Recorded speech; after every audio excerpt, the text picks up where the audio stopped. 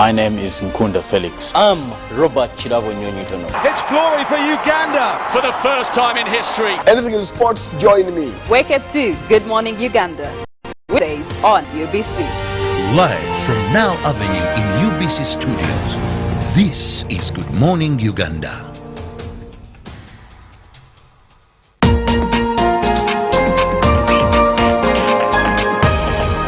Coming soon on UBC.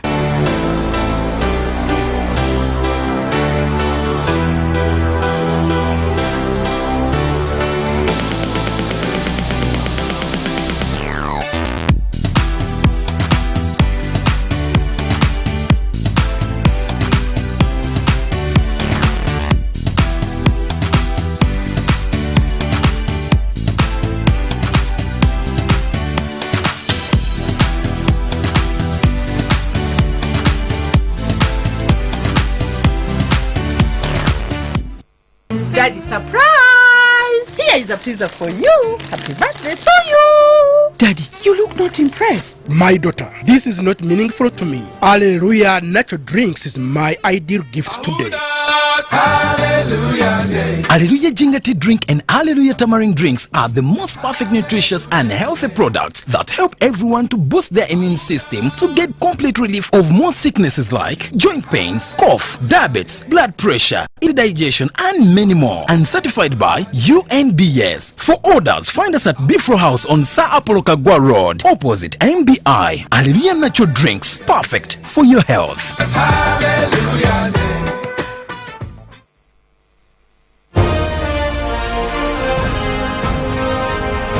Live from UBC Studios in Kampala, this is Good Morning Uganda.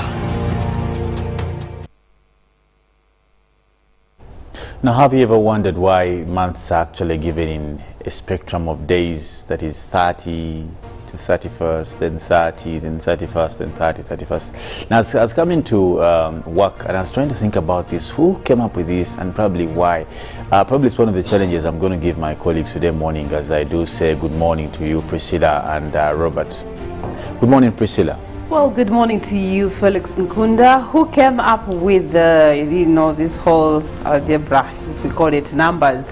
Well, I think it dates back to one of those empires that was so great, the Roman Empire. I believe they're the ones who came up with what they call Roman numerals at the time that were later converted into numbers when other empires did adapt to them. So that should be my answer, and today is day, second day.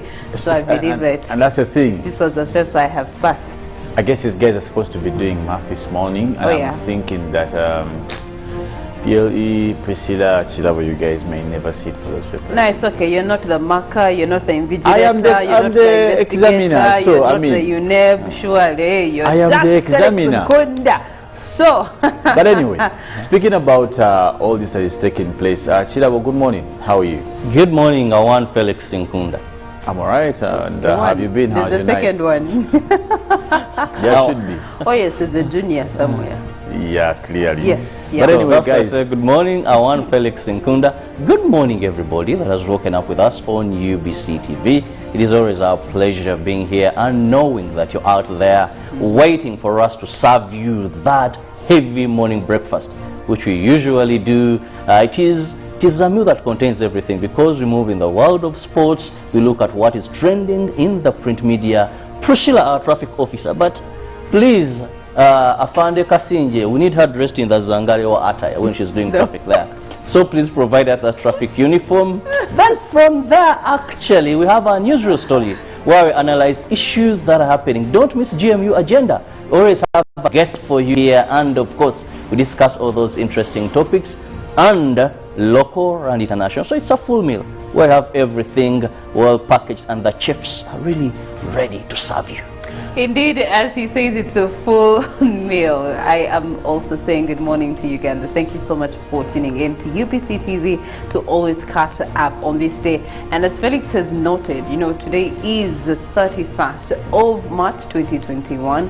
Whoever came up with these numbers really was just trying to find a way to count time or manage time for that matter, or even to be reasonable with time. Now, speaking of time, time is running out. Now we get into the 4th month of the year. Who knew it could happen so fast and so quickly, just like that? My one question to you is that, have you been able to start on the things that you wanted to start on? And there's also the whole notion of, yes, we're under COVID-19 and people are getting overly continuously stressed about issues in life.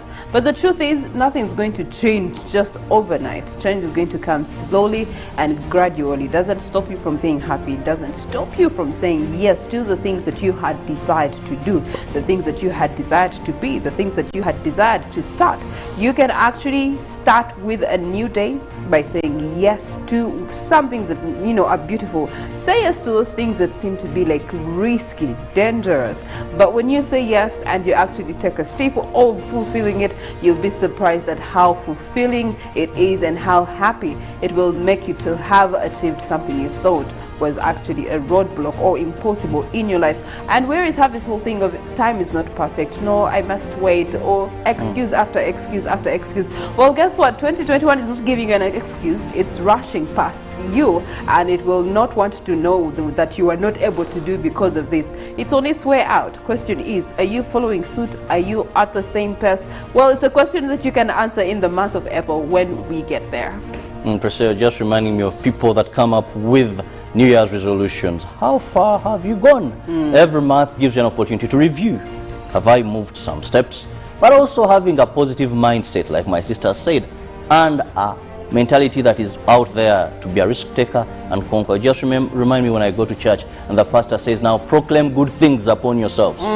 You know, proclaim this year, this month, I'm going to do this. Prophesy. So one time, I move out of church and I find someone on my property with the hands right.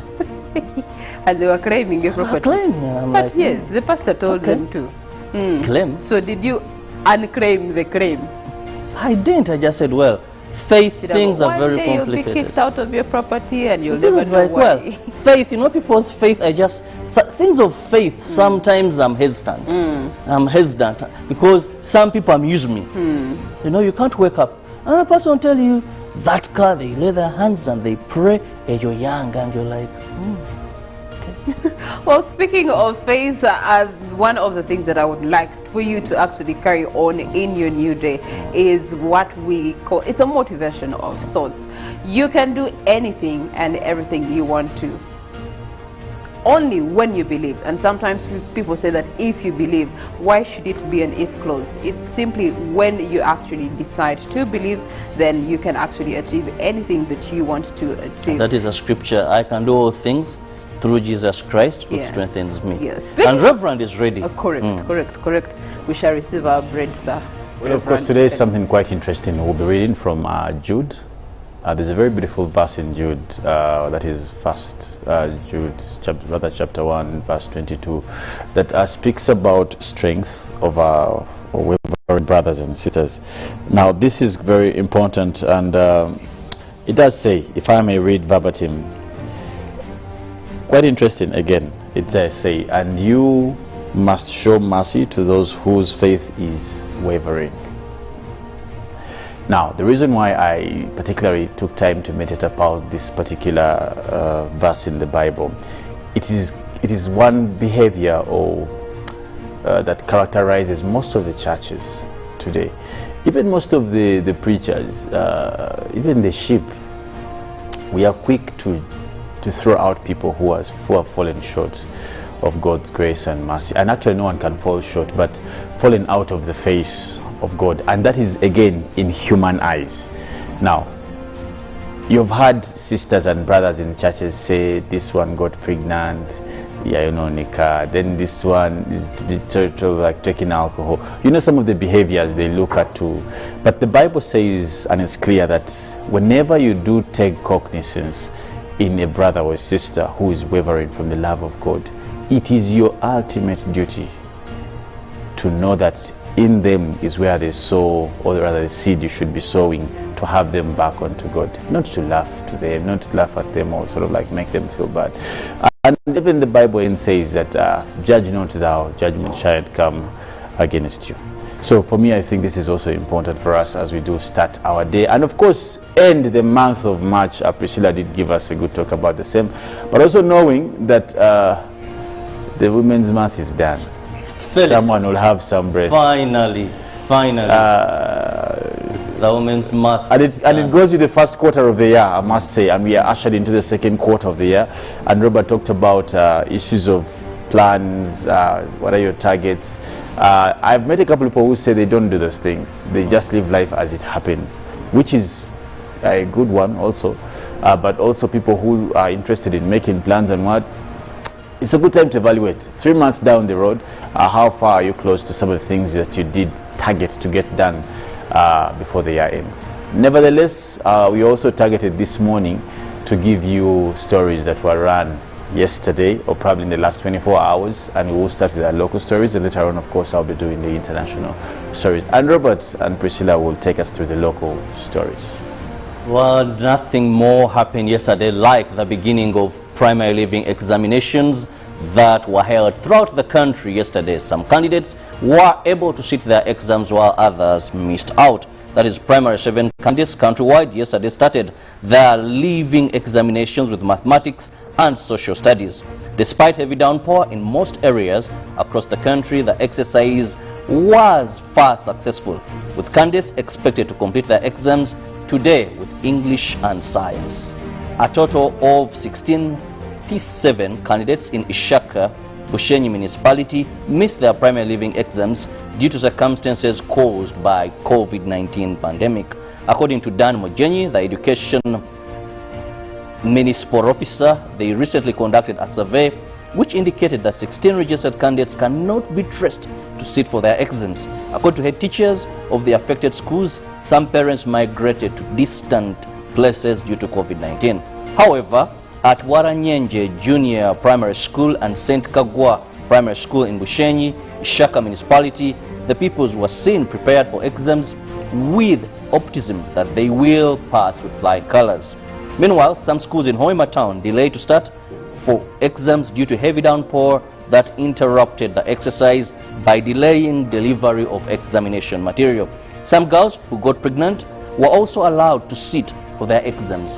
In Hoima Oil City, a total of 3,920 candidates were sitting for their PLE exams.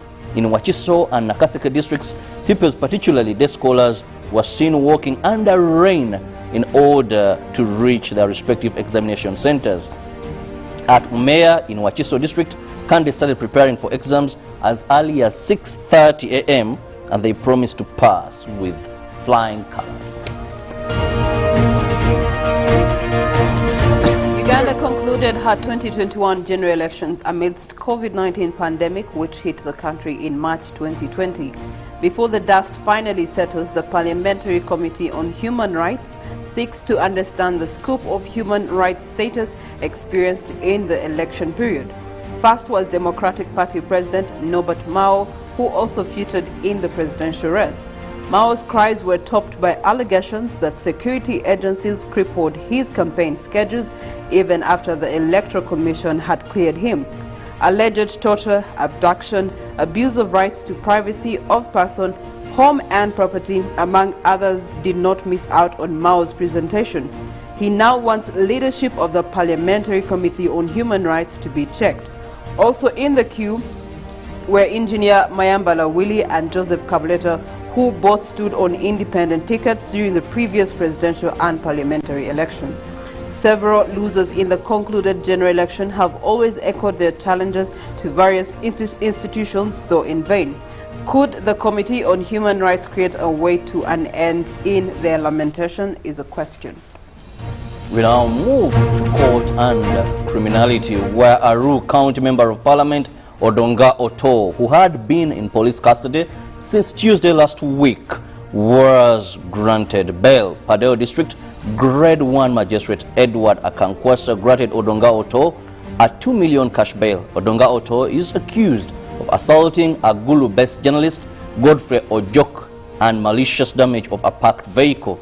The 43-year-old legislator appeared before Her Worship Christine Tibwambwe after he was arrested last week on Tuesday and subsequently charged for assaulting a journalist in 2019.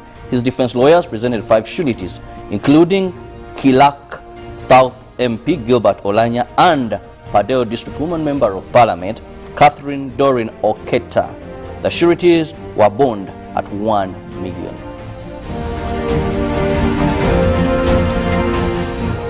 Poor remunerations for media practitioners in Uganda has been singled out as one of the major bottlenecks to thriving of the media industry. This was revealed during the launch of Uganda Media Sector Working Group, an entity to merge all media associations and stakeholders in Uganda. The launch was presided over by the Minister for ICT and National Guidance, Judith Nabakova. Now, over the years, media practitioners and media houses have, to some extent, been blamed for bending the truth when telling news stories. Among the facilitators of these media falsehoods is financial constraints. This does not only impact on the future of the industry, but also drives the country to the shallow pit. Amidst all these, and with the rapid evolution of digital and online media, the Minister for ICT and National Guidance, Judith Nabakova, referred to the Uganda Media Working Sector Group launch as timely.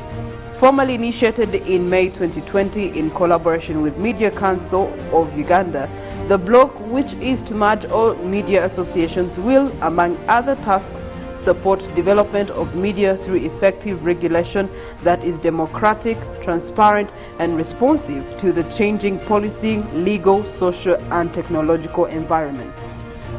Away from what is happening in the media fraternity, we now move to what is happening between Uganda and Sudan, where government of Uganda and South Sudan are working together to resolve the deadly attack and killings of Ugandans in South Sudan.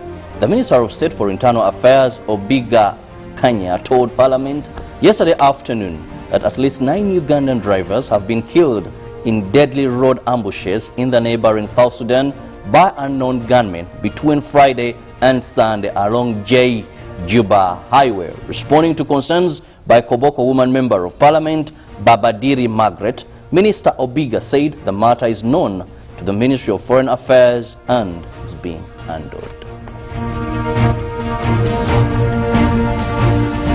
Well, those are some of the stories that were in our news bulletins. In case you missed, that was a recap of some of the highlights of our bulletins. But Priscilla and Felix, there is something that has been ongoing. Ugandans, I think, they are risk takers. Uganda and Sudan trade. And over a time, many times our traders are being shot. They are losing their lives. Sometimes it becomes risky. Then at one time, government promises compensation, Sudanese government also, but later things don't turn out as they should be. Well, you cannot control everything. Just like you can't control weather, you cannot control the things that happen, the decisions that one individual or a group of individuals make to actually ambush and take the lives of other people. So you cannot blame it on government. You can only expect that there should be some sort of shield, some sort of protection that comes through for, as far as republics are concerned, and for the betterment of neighboring relations between country and country. That would be my take. Yes, Felix. Robert, as Priscilla did talk about, the same that not much we can do about what's foreign policy, and probably we must just only get into bilateral agreements and see how we can help. And I'm also made to understand that not much can the government in South Sudan do about these kind of insurgencies. Now, speaking about international stories, we'll be looking at a 9-year-old and teens gave powerful testimony in Derek Chauvin's trial. Now, a professional fighter there left scared. Now, an off-duty firefighter left desperate, a high school student left threatened, and a 9-year-old girl felt sad and kind of mad. Now, feelings of horror and fear were recalled in the Minneapolis court on Tuesday as a series of, bystanders testified about what took place there in the death of George Floyd. The story died under the knee of a former police officer, Derek Chauvin, last May, as 6 bystanders testified on the second day of Chauvin's criminal trial. Now, a 9-year-old girl and three high school students, a mixed martial art fighter and a Minneapolis firefighter also, all arrived at the scene hoping to buy snacks from the corner store, looking to get fresh air, and only to witness a man's last breath. Now, I tried calm reasoning. I tried to be assertive. I plead, was desperate. She testified, I was desperate to give help. But of course, she too called 911 afterwards to report what police had done. Her call was a third such report. In addition, Williams, Minneapolis, that is 199 dispatch, who saw the arrest on a live video feed, testified on Monday as well. Now we do cross over to Brazil, where we see Brazil military chiefs resign in new crisis of, that is, Bolsonaro. Now the head of Brazil's army, navy and air force have all resigned as President Jair Bolsonaro struggles to contain a crisis over his leadership. The defense chiefs are reported to have stepped down in protest of what they see as attempt by Mr. Bolsonaro to extend due and control over the military. Now, on Monday, the president was forced to reshuffle his cabinet after his foreign defense minister both quit, and Bolsonaro popularly has also lamented over the response of COVID-19. Now, Brazil's far-right president, who came to power 2 years ago, has consistently opposed quarantine measures, argued that damages the economy would be worse than the effect of coronavirus itself. He has also told the Brazilians to stop whining about the situation. Nearly at least 300,000 people have died of COVID-19 in Brazil, with more than at least 12.5 million confirmed cases.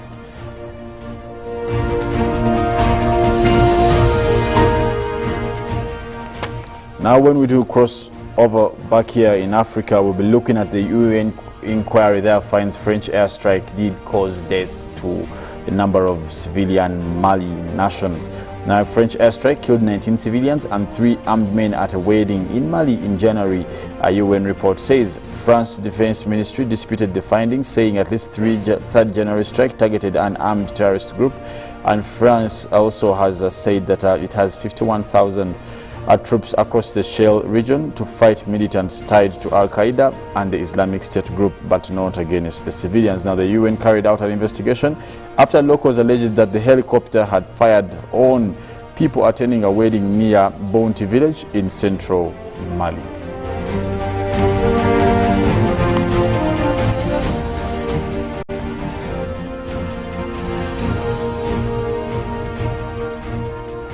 Well, clearly much is really happening in and outside of this country, but saddening the stories how some countries are having a lot of political tensions even amidst COVID-19 are quite scary. A country like Brazil having lost a number of people, more than 300,000 people, still not conceding that they must take some sort of measures in the bid to avoid or bring or crack down COVID-19. Even when we cross back here, we've seen a couple of countries trying to be stubborn on African content, and the results of the same have also been evident. But anyway, speaking about stories that happened yesterday, a couple of things normally happen when it rains, Priscilla and Robert. And one of the things that we know very much here in Kampala is that we have floods. And we had talked about that, I think, a day or 3 days ago. What someone wants to call temporary stagnation, for that matter. But whenever it rains, it comes with the good, the bad, and ugly. Now, the Uganda have a saying that Nkuba Mukisa. And then they did also add, most recent people have added that in before Amazijegirigama, like boy say Natete, Kawempe, just to mention but a few. Edition of the saying. Yes, so the pain of the same is the plight of, I remember, for some reason, now that timetables have changed, but for some reason, every time we used to do final exams, every time it was rainy season. Now, it was very hard for us to get to school during times of UNEB because of the rain. I don't know, how did some people were being dropped off? I think Chida was and Priscilla's used to be dropped off and all these things, yeah, indeed. But some of us had to drop ourselves off. Yeah. So we had to find all ways. And I was looking at a photo yesterday, Priscilla, that took me back in time. I remember I used to have a long raincoat. It was yellow in color. And it used to have a big headgear and I think it was my mom's. My mom gave me that thing. So you can imagine someone in P7 putting on, you can imagine what I'm saying. Now, that is the photo I was talking about. Well, it causes a lot of remembrance to the kind of, and clearly for me it took me you can relate so much, so much. Now for me, that what this photo actually brings to light is, I know this child was probably rushing for their PLE. It's a once in a lifetime examination that it's a do or die. You either have to do it this year or you're going to have to suffer the consequences of it not happening because of rain. But the consideration, I believe, for me is to the parent. I believe the parent went out of the way. Either they owned the bicycle and gave the bicycle to their son, or they actually had to borrow the bicycle so that their son can be able to go to school faster than walking through the rain. So riding through the rain was considered a faster means of transport for the child to get to the school than it would have been for them to walk, which probably is their norm day to day. So that's a sentiment that got to my heart of, wow, this parent was very considerate that they found a quicker means for their son to actually be able to go and do their final examinations in primary living. Yeah, I can't say that I relate much to it. As you've said, some people. Yeah, I used to be dropped at school, and my father used to take us to school very early in the morning. And then in case it would rain, of course, there'd be umbrellas all over the decks all the way to class. So I can't honestly relate, but it doesn't. It still doesn't take away the impact of the picture on me to read. It gives okay, a picture of it's society. okay. You don't have to try and be. I understand. You know, sometimes it's okay. We all have different dogs, and that's what we all can't have life on the same level. But also, I can't relate with that picture because I was in boarding school. So it was a matter of crossing from the dormitory. P7? Yes, in P7 I was in boarding. I was taken boarding in P4. Yeah. Yeah, so... You said you went to Nakasero? Yes, but... They had boarding? He was taken to boarding in P4. I went to Nakasero, not up to P7, yes. P3 there are some circumstances and I had to go to a boarding school. That's right. So, one thing that I learned about this picture, for me in life I pick lessons. It's the persistency levels. You know, it was raining. Any kid would have given up. Any kid would have given up. But what happened is this kid chose not to give up, even at such a time. So it tells us to always be persistent. There could be a kid who used rainfall as an excuse, maybe. But this kid is persistent. I know what it means to ride when it's raining. I know what it means. First of all, sight is a problem. The terrain is also another issue. But a young kid of that age, in P7, daring. So it shows that this kid could not give excuses. So it teaches us in life, always persist. There's no room for excuses as you head for your goal. It talks about excuses. And the funny thing is that it is only in this country, and I'll tell you with my little exposure wherever I've been able to move, where people honor weather against their work or earning. This young man went against all odds to get wherever he is. And probably you'll even be surprised that probably he was going a much more long distance, because by the time someone is riding, you would think that it's not just a close distance. In that, as you saw the pour of yesterday, the downpour. Now, the people who didn't go to work, adults, who stayed sleeping, the people who didn't even bother to, all these things, the people who will not even cook a meal because it's raining. But we must say, bravo to all of you people who have been able to stand tall in situations of hardships. And guess what? At the end of the day, the end may not justify the means. Drop, rain, bicycle or whatever, you will clearly make it. And I think for me that's a big deal. Such a weather, Felix, the most important drink that you should take are Hallelujah products. That's Hallelujah turmeric and Hallelujah ginger tea products, because they'll boost your immune system. Rainfall comes with a lot of colds, coughs, flu and all that. So you need a drink that is not only just tasty or for you to get satisfied and full, but has a lot of benefits for your health. Ingredients like potable water, fresh ginger, sucrose, rosemary, and also it is an acidity regulator. This will do you good, as my sister always takes the turmeric. For me, I understand best the ginger. And of course, the tamarind does also have an element that is important to us every single day. Now we eat chakara. My father calls it chakara, meaning that you eat everything and anything, and it all goes into your stomach. And your stomach is supposed to have that ability to be able to separate the chaff from the good, but it takes longer because as it's separating, you're pouring in more. So it's a dumping site. A dumping site, good one.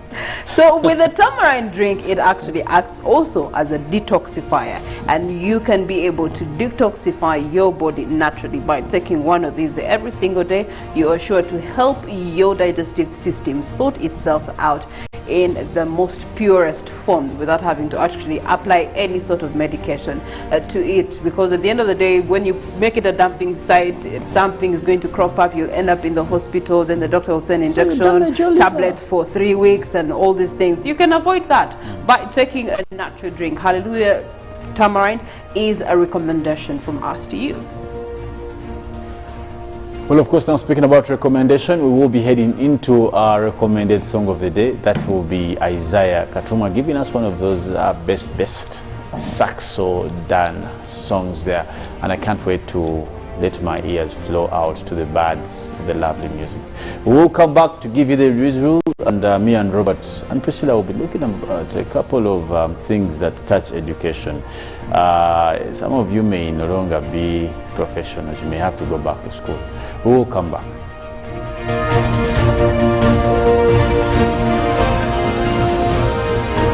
Live from UBC Studios in Kampala. This is Good Morning Uganda. Pick of the day on UBC, brought to you by Authentically symbolic and insightful. We should work so hard to evacuate this power. Behind the Headlines, every Wednesday at 10 p.m. with Charles Odongto. Was brought to you by No one should stop you from finishing what's yours. That's why MTN gives you data bundles that don't expire.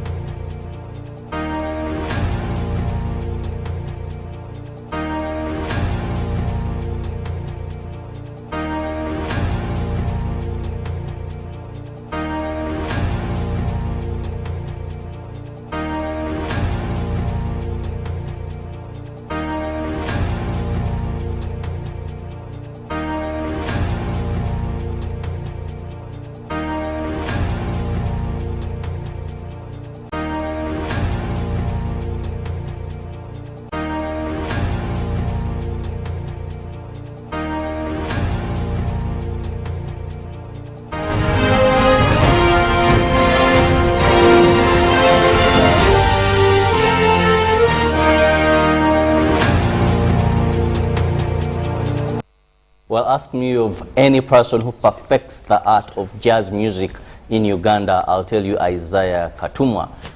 Of course, not many sometimes can afford his performances because always the man will perform for certain class, and of course it goes with the wallet. But also, not so many people maybe are also jazz lovers or understand this type of music. But that is me, that is him. That is the performance there. And Felix, do you enjoy jazz music? Question is there music Felix does not enjoy? Oh, so he takes an, or is so just passionate about music? Yeah, I think that's the right statement, Robert. But I enjoy by far jazz music.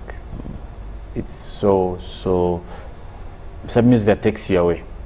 If I may tell, if you ask me. Those instruments. Yes, and I've seen a couple of some of the guys from Zanzibar, as I was telling. I think was featuring. This must have been Safari. That is 2018. That was at Serena Victoria Hall. It was good and beautiful where we saw him perform this song. This is me. And I was just trying to joke here and asking him, "What have you heard in the song?" what message do you get away out from of the this song? We just get to be taken away. Yesterday I was telling people, I said it on this show, when someone takes you to some music concert, you pay expensively, they seem to be enjoying, and for you like, really? Again, you have to appreciate tastes and preferences, which also is applicable to music. But for me, of course, Isaiah Katumwa was one of those people that took a different twist to music and doing the saxophone. He was good for a while until a young lad called Brian Mujenyi came onto the scene, and Brian Mujenyi just cleared out Isaiah Katumwa. But he birthed what we now have as, you know, that kind of music, jazz music, that he's one of the forefathers of jazz music, completely jazz music, because what initially we had was people fuse jazz with contemporary, but now he completely, and he has jazz albums, complete jazz albums to his name, but he introduced or allowed other younger boys who had been taking on instrumental lessons, had giftings in that area, but did not have anywhere they could tie themselves to, for example, a band or a group or a choir. And at the time, not many were really appreciating jazz instruments at that. Yes, so I think he's done a good job in actually raising instrumentalists in his generation. He's a legend and still good at that.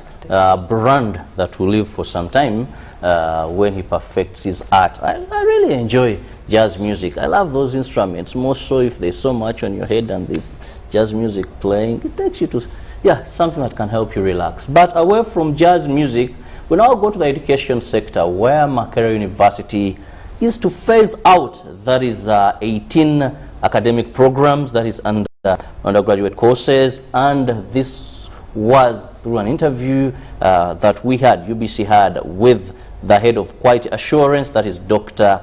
Vincent Sembati at Makerere University.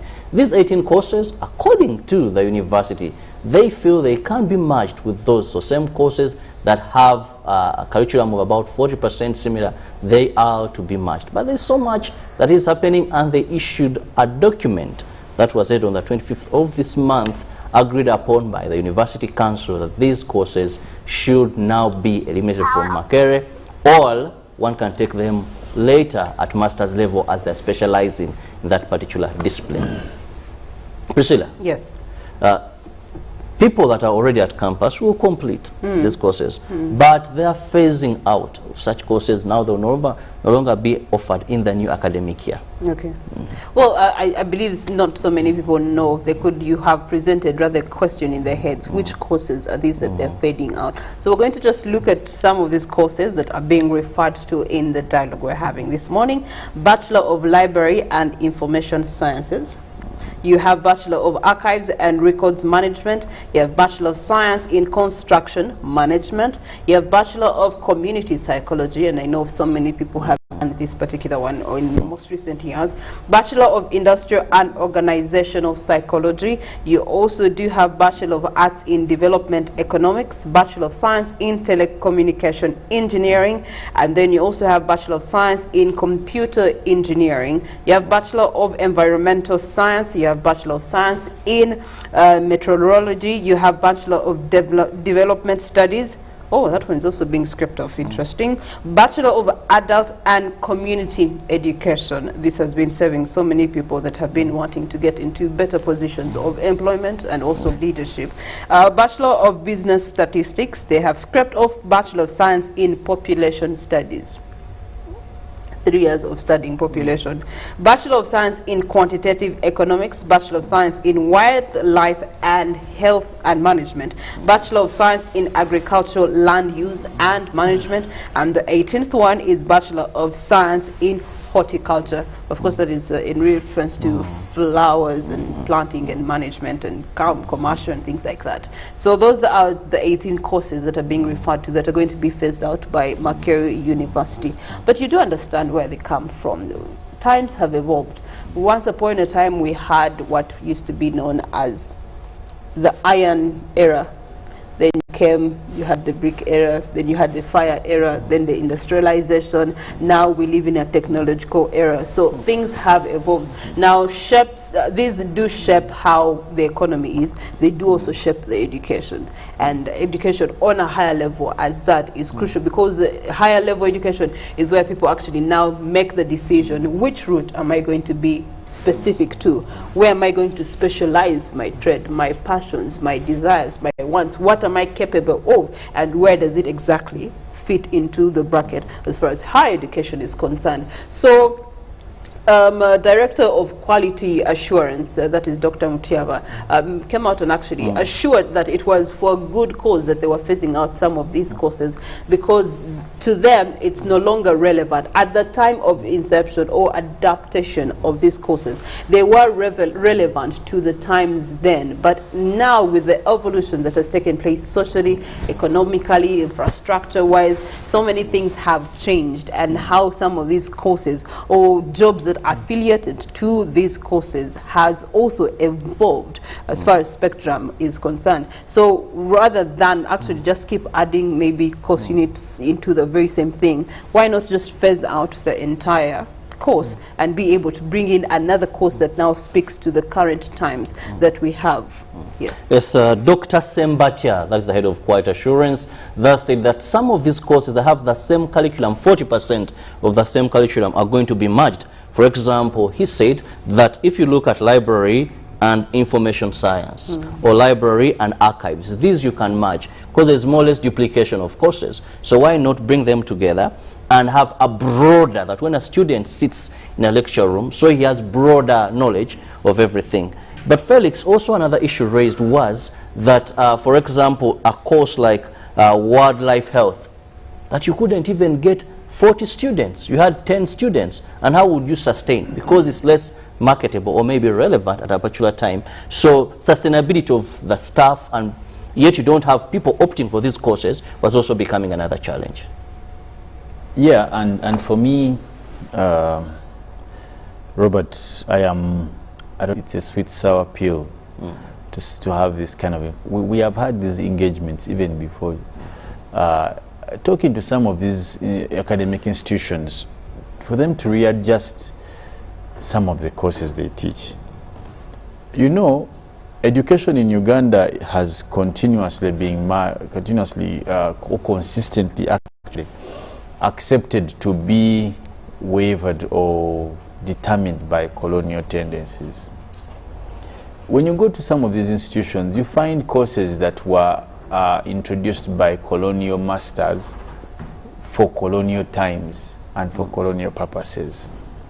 For example, these guys were in Uganda and they needed maybe assistants, people to do their donkey work, all those things, secretaries. So they introduced courses that would make it easy for them to get people to serve particular. This is for the administration. Yes, and them leaving them at the top. So they introduced some of these courses for people who are down there and what and all this.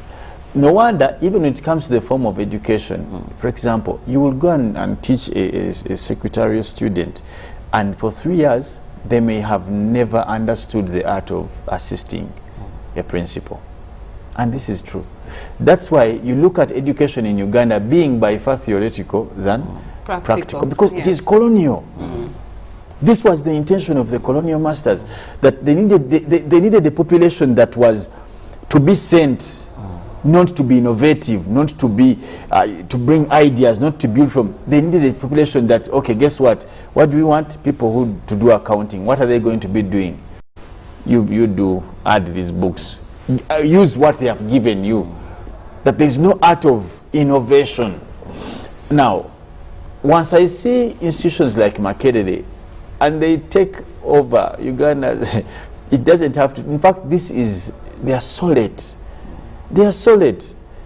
One, what is education? Because this is what determines the kind of courses and course units and whatever. Education must be that kind of process, and probably if we speak at higher level like university, it must be that process that will equip someone after, because we consider primary, secondary, basic. It's simply basic. It is like a springboard. What we call entandikwa mu byokuyiga. Now, at university level or at a higher level, you're looking at now what we call concentration or specialize. That if you've been doing sciences in secondary, now you want to go and be an engineer. Away from the general sciences, you want to go and... Now, the expectation at this point is that this is the real education, because it is now going to place you in a position of making a difference. Being a problem solver. That's the thing. Actually, that's the word. That education is meant to cover the lacunas, the loopholes of society. Now, every time you have a bachelor's degree, a master's degree, that does not solve a problem. It is useless. So, if no, I'm giving my general opinion and overview of how I would perceive this. For example, when you wake up one day and you find that in a country like Uganda, where you used to have 2 million people get sick a year, now you have just 100. There is no need for teaching medicine. You get the point. If in 15 years ago, polio was an issue, and then doctors probably were being trained in the skills of immunization, then 15 or 30 years ago, and after 30 years, the rate of immunization or the rate of polio probably has gone down. Why would you still have a big number being subscribed to?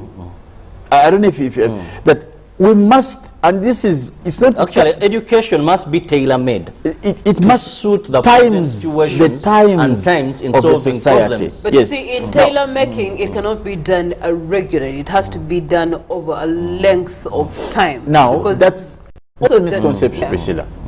When you go to other countries or developed civilities, for example, and we normally want to refer to places like China, which are probably much industrialized, concentration must be put on the things that will move or will link directly into the national development plan. Now, there's also something that education must be in sync with the national plan. People just don't study for that. Hey, people shouldn't study for. No, but that's what's happening here. That, for example, when was the last time, and we can use a case study for just the three of us here on TV, and for our viewers out there, you can also examine yourselves. Probably at the most critical time of career decision, what guided you? Was it what you wanted, the opportunities that were available, or what your parents wanted? What your parents wanted. And also what was affordable. Or what the country's vision was heading for, which is, by the way, the major focus. That's why we talk about unemployment, because we are having people who make, for example, China will decide to go and study IT, knowing very well that the country's major vision, concentration, or area of investment is agriculture. You and me know that even if you're good at IT, we have not gotten to a point maybe to consume these large numbers. For example, we have had an influx in some particular courses because we lack a national vision that people even studying fit in. Now, when you see Makerere coming to scrap off some of this, and for them the arguments, I find they are so shallow, I'll be honest. You come and say we don't have capacity because of numbers. Yeah, people taking up these courses. Again, no, but how many look at these teachers courses. do you need for 10 people? You'd still be employing No, Priscilla, I know this is gymnastics, by the way. What Chira was saying is very true. No, I'm not saying that it's not true. But again, as you're also saying, that it's a lame excuse for them to be able to use it as numbers, because you can't have the entire country studying wildlife health and that's education. The thing. And that's the thing, that what informs your choice of courses. And this is, I want to ask Makerere. You wake up one day and say we are going to have a course in your wildlife health. I think I saw something about agriculture being removed, one of the courses. Something to do with wildlife. But what informs you having a bachelor's degree in wildlife? Where was the inspiration? Where was the research? The interest? Now, secondly, once you have courses, there's something they call marketing. You get the point. Information is what informs. I have asked you at S6, I remember there used to be career guidances, career what, all these things. But when you chose to do journalism, whose inspiration was it? Was it your father, your mother, or was it you? Or were you guided by the gap in journalism? Career guidance. That's the thing. When do we have some of this? Before you rush to remove some of these courses, I saw economics, statistics, economics, something like this. These are very good. But because there is no space to take up even the graduates, because some of the courses don't fit directly to the national development plan. Felix and Priscilla, let's look at this other issue. Makerere is affiliated to about 100 tertiary institutions. So they say they are going to, according to Dr. Sembatia, he said these tertiary institutions will still teach these courses, and other universities will still teach those courses. But those that want to specialize in these disciplines can later do that at master's level. You see, Chirabo, before Priscilla, you come in. Mr. Sembatia, if you scrapped off, you leave, don't start advising. That was your choice. All right? But for me, what the big question that I want these colleagues to answer is what I'm asking. Okay? In as much as we want, you see, education has since then become more economic or more profit-oriented than actually a service for national development. That's why you see that today we have more private universities than government universities. Yet the reverse should be true. Because the reason why we will make education may not be education, but actually profit. Definitely. But that's what I'm saying, that which would be the reverse. That because government, it knows what kind of professionals it wants in the next 50 years, it will know how to invest. The president has consistently been talking about sciences.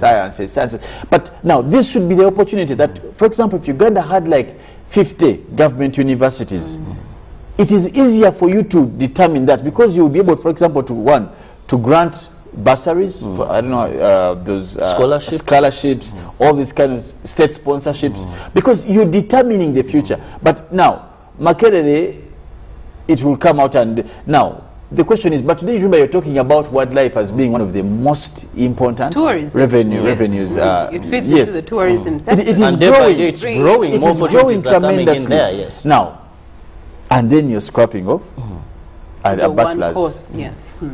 Now, does that fit into the national development plan? So I think Felix and Priscilla, Felix raises a very passionate issue. In this country, I believe we lack to understand our priorities and how to match them. You have the National Development Plan, then you look at the budget allocation, you have your backbone as agriculture, you look at the budget allocation of what you give there. So there should be a time for us and the authorities to sit and better understand our priorities and how we achieve these goals that we are setting. Because at the end of that day, you find that there is so much disparities. You know, you look at a National Development Plan, what are the priorities there, then how much funds are allocated there. The reverse is true. And you wonder, so how are you going to achieve what you're planning? You look at the education sector, what is your plan, Vision 2040, when you look at tourism and all that? Does it suit what the institutions are bringing? So with these mismatches, in my opinion, I think Felix shall still remain a floating island. It goes back also to the conversation of how do you market these courses, because by the time they existed, they actually were solving a certain loophole that existed at some point X, and probably still does exist, but whatever underlying reasons for them deciding to take on as a university council, very understandable. We really cannot do much about that. But when it comes to marketing, and when you look at private entities and higher education, they have taken aggression to letting the masses know what they offer and what it details what they offer and who it actually applies for. So you have them actually attracting so many numbers from within the East African region, Western African region, Southern African region, to come all the way from their countries to come and take on education in Uganda, because they have solved the issue of the numbers, as far as Makerere cannot take on everyone. Then also when it comes to finances, they have made education a little bit more affordable for the ordinary person. But also they have put out publicity onto what they actually offer. But also speaking of, while they have been able to, they're going to be slicing off 18 courses, they're also going to be slicing their admissions by 3,000 students, close to 3,000 students in the next academic year. Now, what does that mean for Makerere University? Well, all issues have a connection with finances, therefore, and capacity in terms of human resource to ensure that they can sustain successful and quality education in, that is the university. But also we still wait, the accountability for the ivory tower. We will wait soon how these monies are being handled. That one will never appear. That will never appear. But of course the COVID How many years is it? Priscilla, there is now accountability for COVID funds. People are going to begin a coffee. There's investigation into accountability, not accountability. Not accountability. Those are two different things. Let's return with press review as Priscilla prepares to take us through traffic.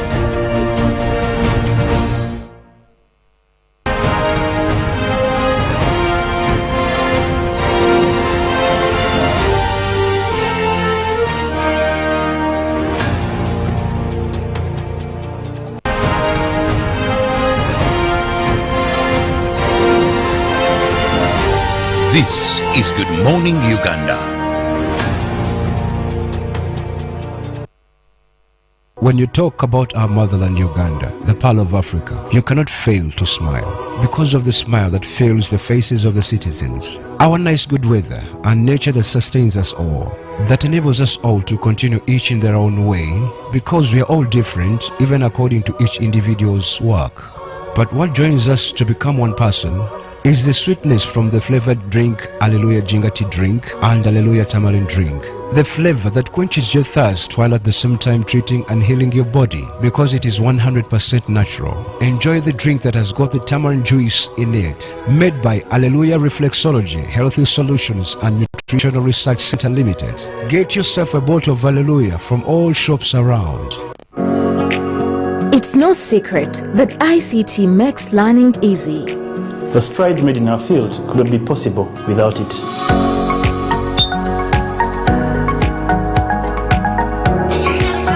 And now we can watch our favorite show.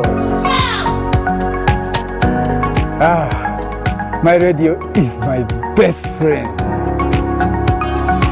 UCC provides an enabling regulatory environment and policy guidance for healthy competition. We also facilitate ease of doing business in the communications sector through licensing, standardization, spectrum management, tariff regulation, rural communication development, and consumer empowerment. An informed consumer is an empowered consumer. UCC supports local content and innovations. Driving the development of a robust communication sector in Uganda is Uganda Communications Commission. Sigala nga weeyunze ku network ya 4G esingira ddala mu Uganda obudde bwonna w'oli ng'okozesa Airtel 4G Pocket MiFi ku shillings emitwalo 12 mu 13 ejjirako GB 15 ez'obwereere okumala omwezi mulamba. Osobola n'okuyungako bannabala 10 omulundi gumu. Nyiga *755*9# okufuna GB 15 ez'obwereere. Awo nno olyoka owangalira ku internet. Kyalira edduuka lya Airtel lyonna erikuli okumpi ogyefunire leero. Airtel, the smartphone network, erungamizibwa Uganda Communications Commission.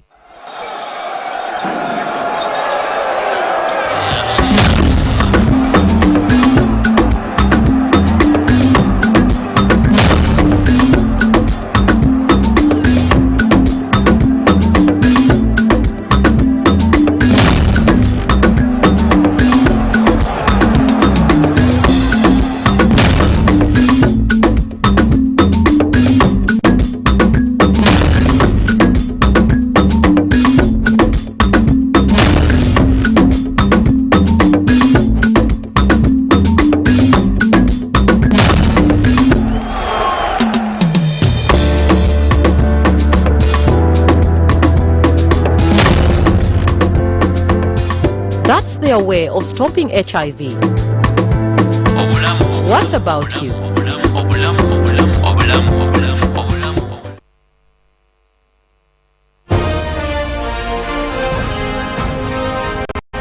Live from UBC Studios in Kampala. This is Good Morning Uganda.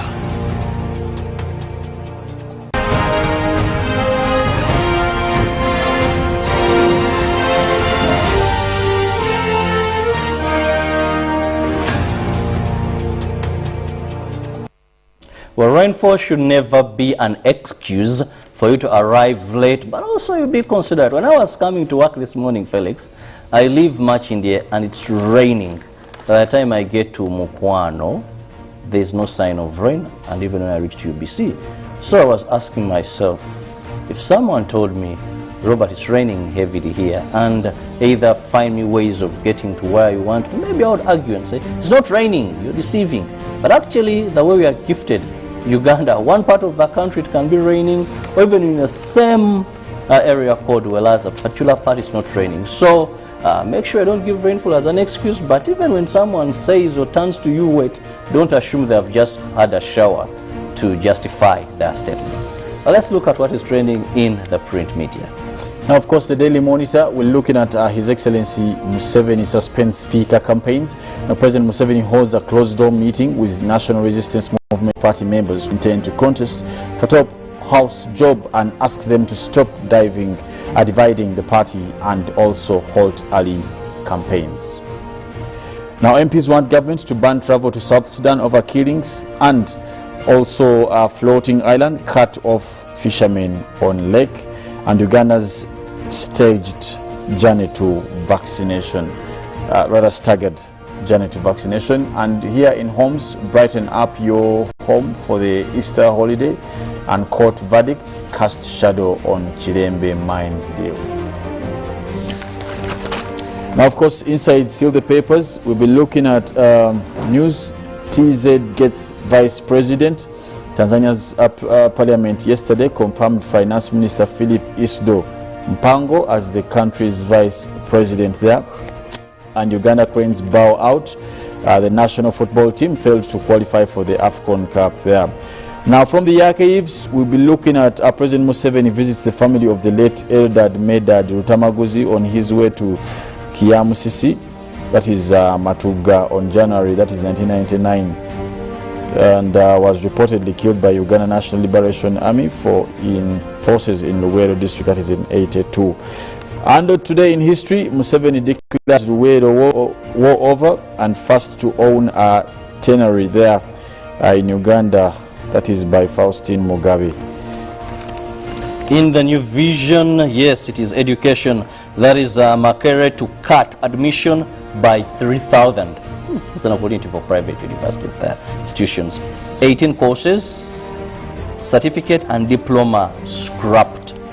Still, Utoda's Musa Katongole dies at the age of 64. Okay, this is the founder of Uganda Tax Operators and Drivers Association, Haj Katongole. Then, still in education, PLE exams, country roundup, they give you more.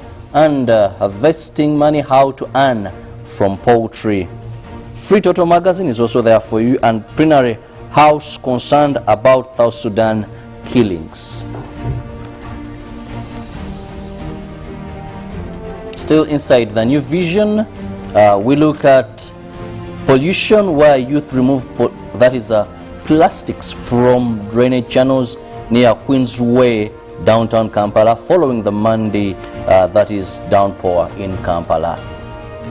Now, a member of parliament, John Kamara, that is Bufumbira North constituency. We have Nuru Byamukama, that is Kitagendwa County, and Semakula Rutamaguzi, Nakaseke South County, Patrick Ebong, Maruzi County. Today in history, on this very date and month, but the year 1988, rebel leader Alice Lakwena was released by the Kenyan authorities from Kapengwadia prison. She was serving a 4-month prison term for illegally entering Kenya.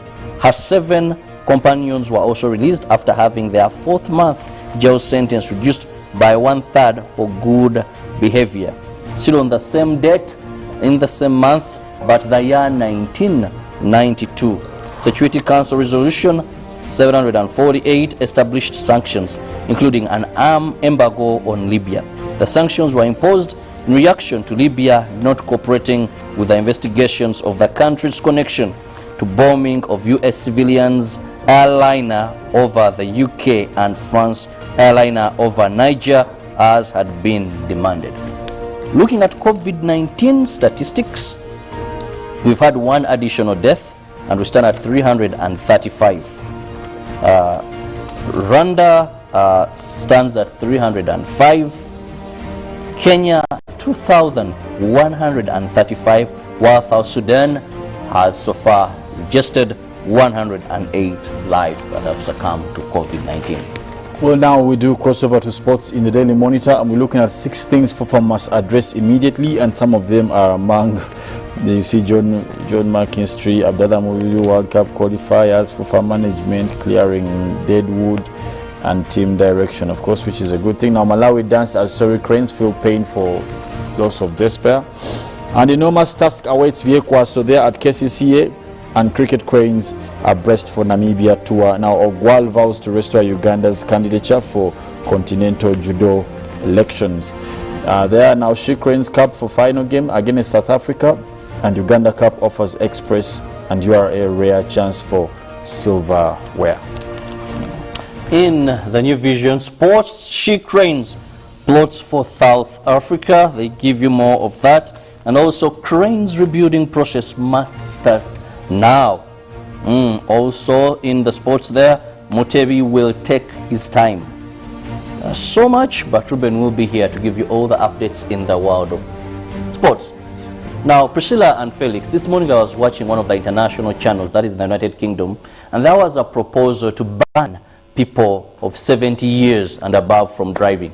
I want to get your opinion. First, Felix. I think that's very, very selfish. Because they say they are a danger to themselves and a danger to the roads. I mean, that must be backed up by some sort of statistics, I would imagine. So clearly. But for them, they have the reasons too, because there's good welfare for the elderly. Maybe if they can't drive, there's someone who can drive them. I think it works well for them. And some are also kept in some homes there. Priscilla, your view on people of 70 years and above being drivers on the road? My grandfather is 70 plus and he's still a driver on the road, and he's still driving well. So I think it goes back to when you probably started driving, how familiar are you with driving? I think the experience of being on the road does not take away how old you are. Yes, so that would be my take. But also age does not really mean, I know of a person who began driving when he was 80. That is when he got money to purchase a car. So age may not necessarily mean the experience on the road in terms of driving, but Afande, take us through traffic. Well, it is Good Morning Uganda traffic for the last day of March 2021. While the gents are glad that Women's Month is done and dusted, we still have a few more hours to the end of the month and a few hours for you to actually spend on the road as you maneuver your way into whatever direction that it is that you're taking. Now, looking at central business of Kampala, we get to look at what is known as the Kampala Ginger Road, and as you can see this morning, downtown Kampala has a lot of red zones. I think at about 6:40 it started raining, and I was surprised yesterday when one of my friends told me that I think it was only raining at Nile Avenue because they were coming from Bugolobi, they intersected with the Airtel roundabout, and there was no rain whatsoever. So they had no idea that it was raining. So rain is going to be taking on different forms and it's going to be shape-shifting. So while I say it is raining where I am or where I am heading to, it may not be raining elsewhere, and yet the places that we're talking about are in close proximity. So that would be the challenge in this season as it's becoming a rainy season. But looking at downtown Kampala, You do have Market Street, Chiembe Lane, and these are having red zones all over them. This is where you do also have Nakasero Market, and you get to see that it's all merged with red zones, meaning that vehicles are actually not moving right now. Of course, as you know, that the Kampala Old Taxi Park is under construction right now, so it's inaccessible, and that means that taxis have taken to the streets to be able to get parking, get passengers, and get them moving onto their next destinations, and that has affected the flow of jam ever since that happened in this particular area. We also get to look at another area that is hotly red zoned this morning, and that is Namirembe Road. Namirembe Road intersecting with the bus terminal. You get to see Owino Shopping Mall, Owino Market. Around the market area, red zones, because today is Wednesday, and there's offloading that happens in the morning for people that bring in produce to the market vendors to be able to sell to the population, and so that affects the flow of jam. Also, in this particular area, you do have people that are coming in, especially from Rubaga, Natete, and the likes, using this as the back route to get into the heart of the city, which is known as downtown Kampala. And henceforth, you do have the red zones, meaning that the jam is heavy. Now, if you're a private car user, you might want to consider getting alternative routes or choosing to get into the heart of the city with your personal vehicle later on. Alternatively, you can just take a boda, then they will bring your car for you when you need it later on, when the jam has actually cleared up. You get to look at how Namirembe Road feeds all the way into where you would have the Uganda National Mosque around Fort Gad area code, and still the red zones are flowing all the way into Namirembe Road into what is known as Bakuli Kubitara.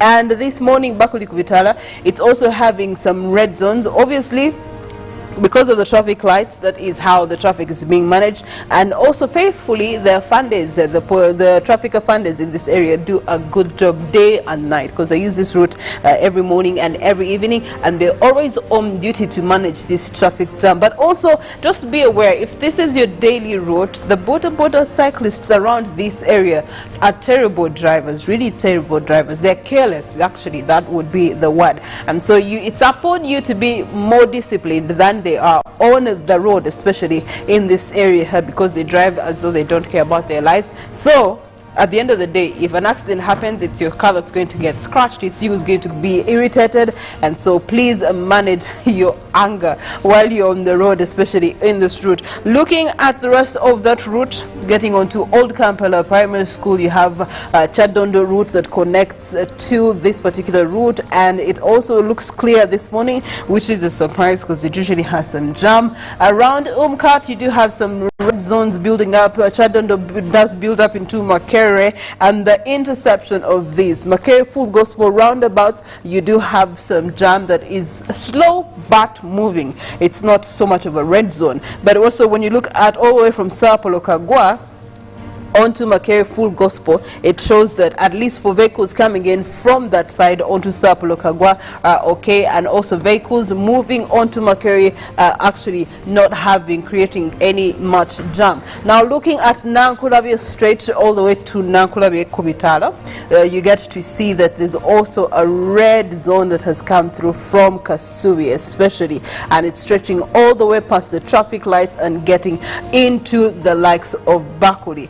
Now, this is showing you also the same is happening for vehicles that are coming in from Bakuri, and they're trying to stretch their journey into Kasubi. Now, Kasubi, of course, you would understand that at this particular junction or corner, if we can call it, there is a sort of a mini taxi stage, and so it's contributing to how the jam is coming in from the whole of Kasubi. Now, speaking of Kasubi, we get to look at the other junction that does affect the flow of jam every single time around Kasubi markets. You do have this cross section, it brings in traffic from the back of Kasubi. Namungonas, also people use this particular route to get into Kasubi and be able to get onto the likes of Bakuli or Namirembe Road or whichever the destination is. Also, Masiro Road does bring in traffic and it intersects right at this junction. Also, Shimera Road, people that are trying to actually avoid the traffic lights at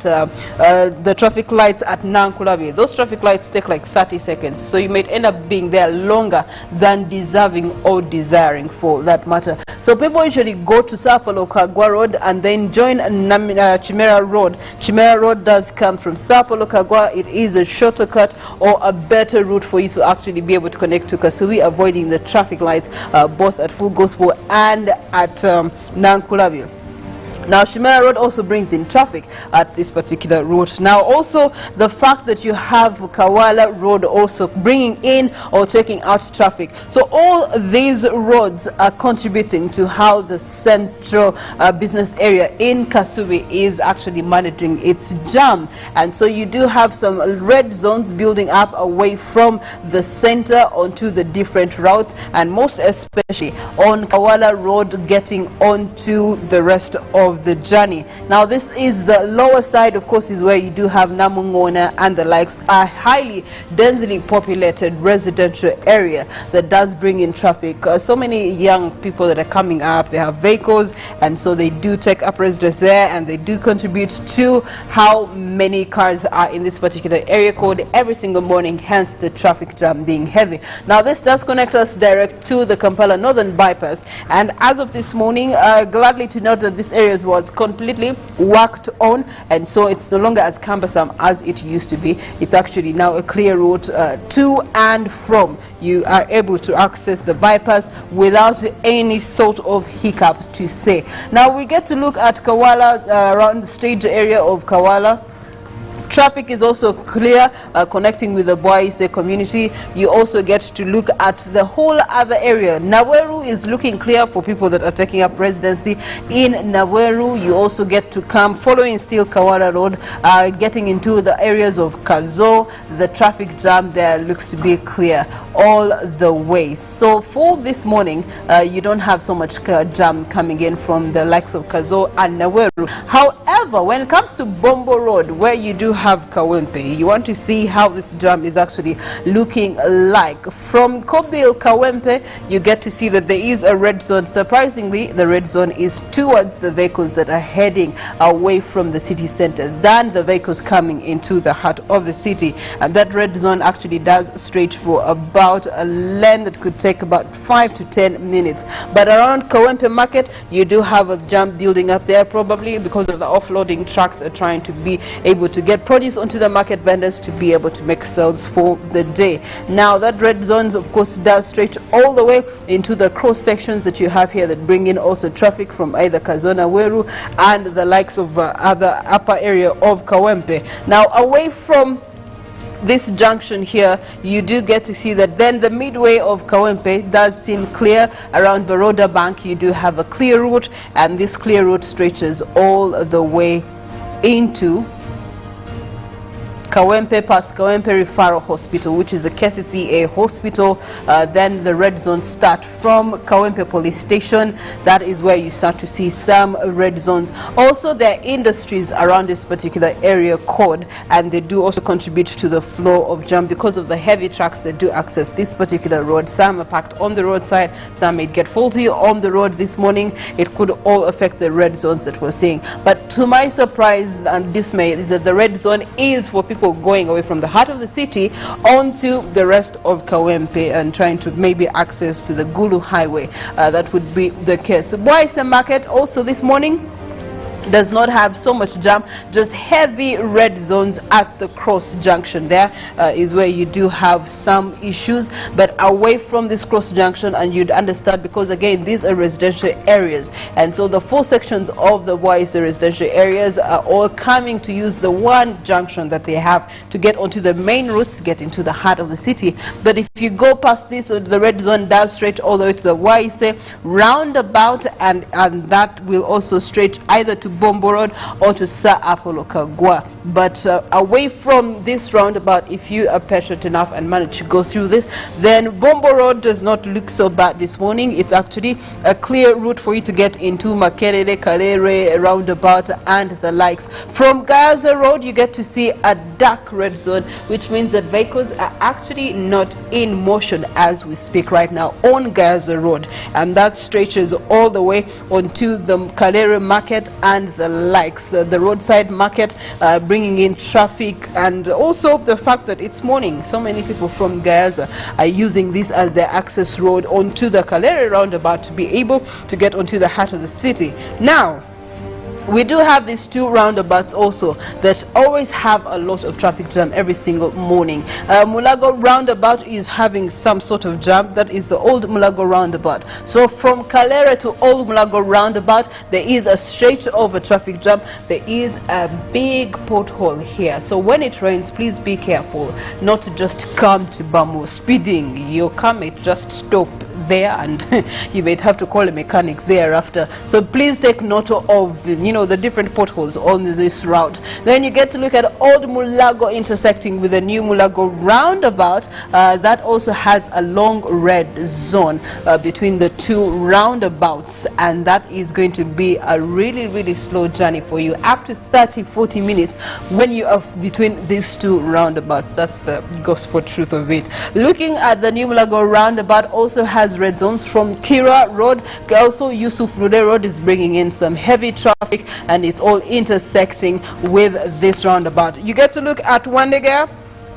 Wandega does not look so bad, except for the vehicles of course that are coming in from Makerere, Kavule, Karezwe. They're coming in from Bombo Road, all trying to access the heart of the city, most especially commuter taxis through Wandega and able to get onto Bombo Road, which looks halfway clear all the way to the roundabout. And again, downtown Kampala then experiences the red zones for the morning, which is expected given the weather and the season that we are entering in. It is Good Morning Uganda, and the agenda is coming through with Robert Chirabo. Wednesday's edition of more conversations and dialogues as we get into the deep of the day and close the month of March.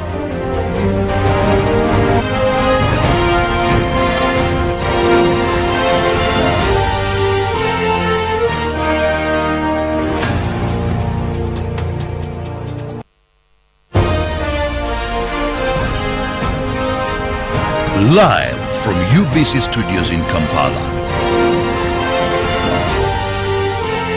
This is Good Morning Uganda. The day the world stopped was the day we found where to go.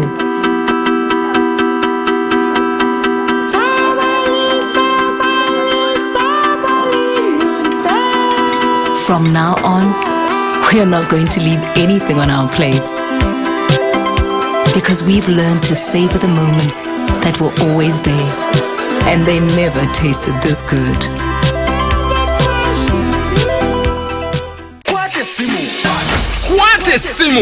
Kwatesimu! For the first time in Uganda, anyone and everyone can own a smartphone and pay for it in daily, weekly and monthly installments for a period of a year. To check if you're eligible for the offer, dial *284*49# today. You also enjoy free 500 MB on the purchased phone every month for the entire loan repayment period.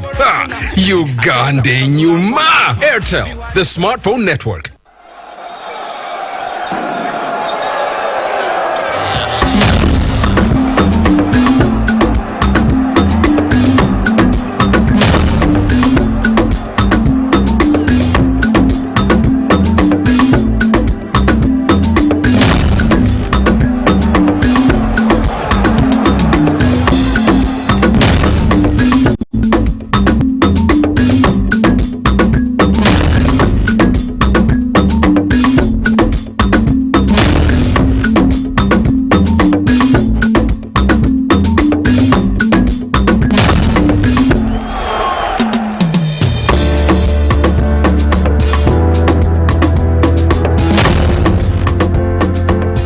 That's their way of stopping HIV.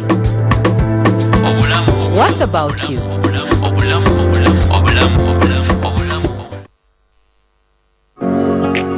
It's no secret that ICT makes learning easy. The strides made in our field could not be possible without it.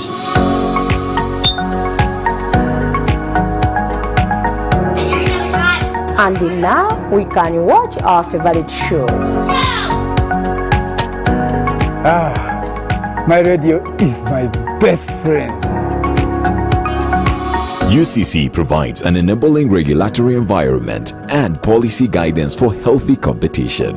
We also facilitate ease of doing business in the communications sector through licensing, standardization, spectrum management, tariff regulation, rural communication development, and consumer empowerment. An informed consumer is an empowered consumer. UCC supports local content and innovations. Driving the development of a robust communication sector in Uganda is Uganda Communications Commission. When you talk about our motherland Uganda, the pearl of Africa, you cannot fail to smile because of the smile that fills the faces of the citizens. Our nice good weather and nature that sustains us all, that enables us all to continue each in their own way because we are all different even according to each individual's work. But what joins us to become one person is the sweetness from the flavored drink Hallelujah Jingati drink and Hallelujah Tamarind drink. The flavor that quenches your thirst while at the same time treating and healing your body because it is 100% natural. Enjoy the drink that has got the tamarind juice in it. Made by Hallelujah Reflexology, Healthy Solutions and Nutritional Research Center Limited. Get yourself a bottle of Hallelujah from all shops around. Enjoy great value from Airtel with the all-new My Pakalast combo offers. We have customized especially for you the best deals on minutes, data, and SMS with our 3-in-1 My Pakalast combo to give you the best value as you stay in touch with friends, family. To activate My Pakalast voice combo, dial *100 *2 *1 hash to get started. Airtel, the smartphone network.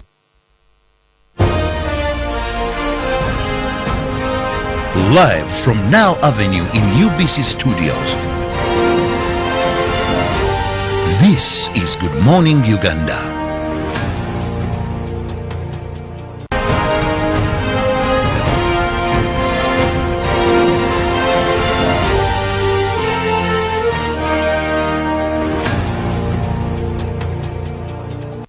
Thank you so much for keeping it with us here on UBC TV. This is the morning show, Good Morning Uganda. We come to you live from our headquarters here at Nile Avenue in Kampala. Thank you for being with us and welcome to Good Morning Uganda Extra, Good Morning Uganda Agenda, where we look at issues of national concern, usually with a guest in studios.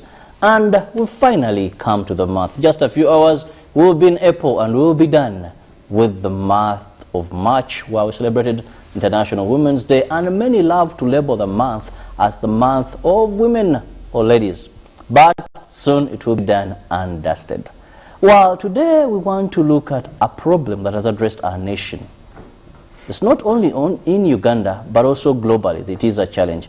However, levels or rates of unemployment differ from one country to the other. Today we want to look at government efforts aimed at curbing unemployment, more so in the field of youth.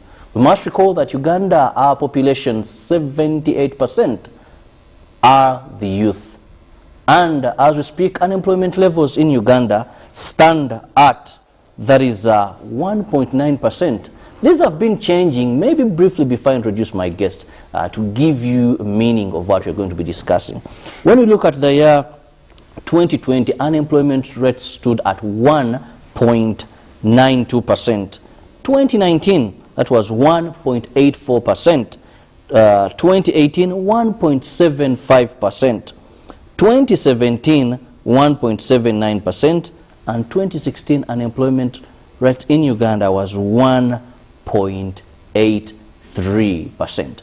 So each year, the unemployment levels in this country continue to grow. But despite this, government has come up with a number of efforts. And this is what we want to dissect. This is what we want to analyze. Have these been tangible? Have they been a solution to the unemployment problem? With me in studios is Dr. Hilary Musoke Chisanja, who is the private secretary to His Excellency the President in charge of youth in the area of, that is, agriculture, value addition, innovation, and export promotion. Doctor, you're most welcome to our studios. Thank you, as usual. Good morning, our viewers. I'm happy to be here again on UBC.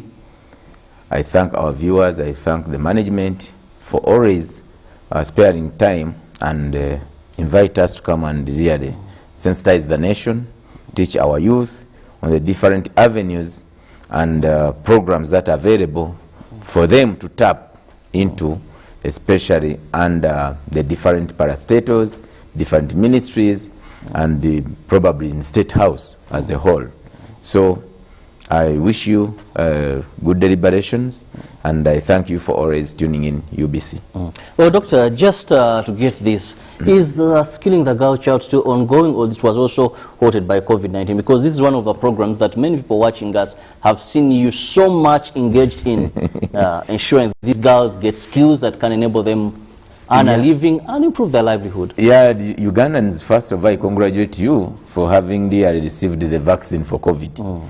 And I urge everyone who has an opportunity to go and get that jab of the vaccination. You know very much that COVID really affected the whole world and did not spare Uganda. And all programs basically were suspended. Our girls, because it is under education system, so our girls and boys, actually we no longer train only girls, but now the president is also skilling the boys. And you are very much aware that these programs had already started merging out into the entire country, where we have been setting up industrial hubs or skilling centers in the entire 20 zones of the country under the State House Controller's Office. And we are going to skill as many youth as possible. However, at the onset of COVID, all programs were stopped in order for us to first fight the enemy that had come into our own house. But now I'm glad to inform you that the continuing students have already started, and the manager is busy trying to take them through those course outlines that were not tackled during the time of COVID. And the program is still ongoing, though before it was basically in Kampala and Wakiso, but now I assure you that by the end of this year, the entire country is going to be having skilling centers in all the entire zones of Uganda. We have a skilling center in Kayunga, in Jinja, in Mbale, in Ajumani, in Gulu, in Lira, in Chenjojo, in Fort Portal, in Kirundibujo, in Kasese. Every zone, the original 20 zones, at least we are going to have skilling centers for those girls and boys, both educated and uneducated, to have the attainable skills that can take them into production. You are very much aware, Mr. Chirabo, that the president, during his manifesto, he was telling people that he wants to create a critical mass of youth that are going to production, that are going to manufacturing. Doesn't mean that you are going to go to the university and study manufacturing. No. You just need a skill on how to make that tie you are putting on, a skill on how to make a suit, a skill on how to weave this sweater, a skill on how to make a shoe. And then after, you get the required machinery, because in these industrial zones or industrial hubs, the president is at the same time procuring heavy state-of-the-art machinery for production, as there are those ones for training, but we are also setting in machines for production, whereby after attaining that prerequisite skill, you are able to go and make a product using the production machines. So it's a very big program that is going to see the new generation, the young people, moving from idleness, moving from being employed to self-employment. The beauty of the skills program is that you can fit into two parameters. You either be self-employed by starting up your own small business, cottage industry, or you can be employable.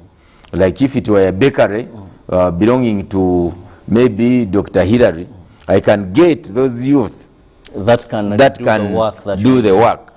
And then you pay them a salary. However, there are those who go an extra mile to employ themselves. And under the President's program, we've been empowering these youth with machines, startup capital and machinery. That means that they can immediately go and face the field by employing themselves and employ others. So really, this program is going to intensify more and more. We are going in those industrial parks or industrial hubs, the regional industrial hubs. We also have the presidential initiative on value addition. All this is to promote, one, import substitution and export promotion. For one reason, we are going to see young men and women making chocolate, making products out of flour, making products out of cereals, making products out of fruits, mangoes, oranges. You've seen that we grow so many crops, but we sell them in raw form. Our pineapples get rotten in Kalerwe. So it will be aiming at value addition. Doctor, all this was said. This is a drop in the ocean. Of course, compared to population numbers are very few. But let's also first look at the various programs, because one of the biggest challenge has been programs being available, but very few people being knowledgeable of these programs. That's why we wake up early in the morning to come and tell our people about the different programs. Yes. The unemployment rates are still, you can see they fluctuate. They go up, they go down. They go up, they go down. However, many youth are being employed. Very many youth. The only beauty with Uganda is that, one, you have very fertile women. You have very conducive laws where you can even produce 100 children. No problem, because we need the population. So, there is that factor of population growth. As more jobs are being created, more youth go into the job market. Yes. And you find that there's no significant decrease in the unemployment rates. However, year after year, many youth go into the informal sector and the formal sector. Those who graduate get jobs. Those who go into the informal sector are also many. However, the challenge is that I would actually request the Minister of Gender to profile our means of trade, for example, to profile a list of those youth who go into the informal sector, the youth who go into business.